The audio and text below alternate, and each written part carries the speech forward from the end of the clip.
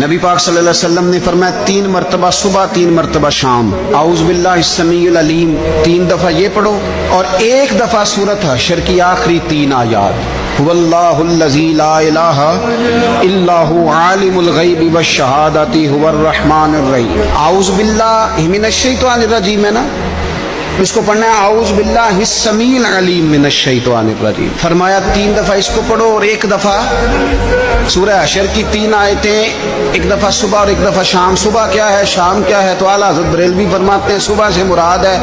آدھی رات ڈھلنے سے لے کر سورج نکلنے تک، آدھی رات ڈھلنے سے لے کر یعنی تہجد کا ٹائم سے لے کر سورج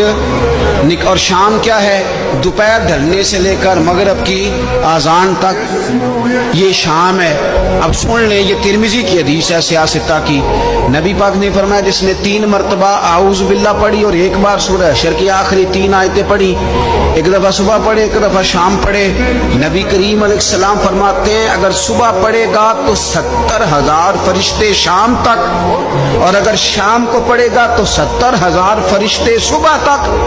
پڑھنے والے بندے کی مغفرت کی دعا مانگتے رہیں گے۔ چلے میں تو اس بات پہ بھی بڑا راضی ہوں کہ پہلی دفعہ اہل سنت میں ایسا ہو رہا ہے کہ وظیفہ ملنے پر لوگ نعرے لگا رہے ہیں۔